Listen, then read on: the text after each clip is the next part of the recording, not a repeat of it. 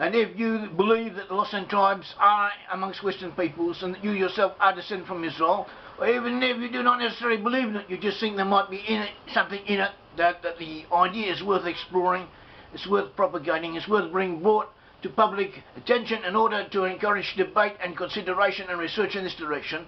So you should put your money where your heart is and help us, because we rely upon people like yourselves, upon the ordinary person, the man in the street, to help us, because no one else is going to do so. And if we do not receive a minimal degree of support, some minimal input of resources, we will not be able to function.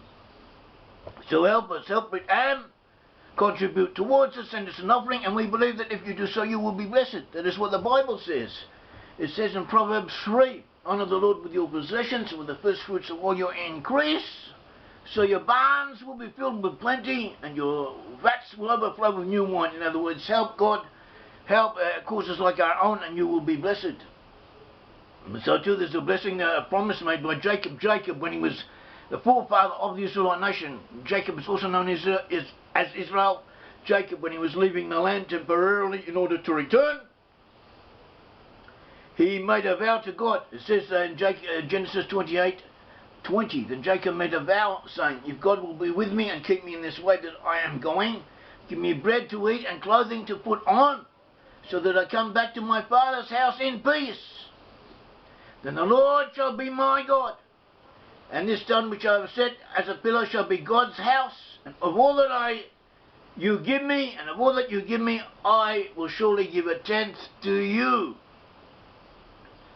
In other words, Jacob realized that he would have to give something of his own in order to ensure his return.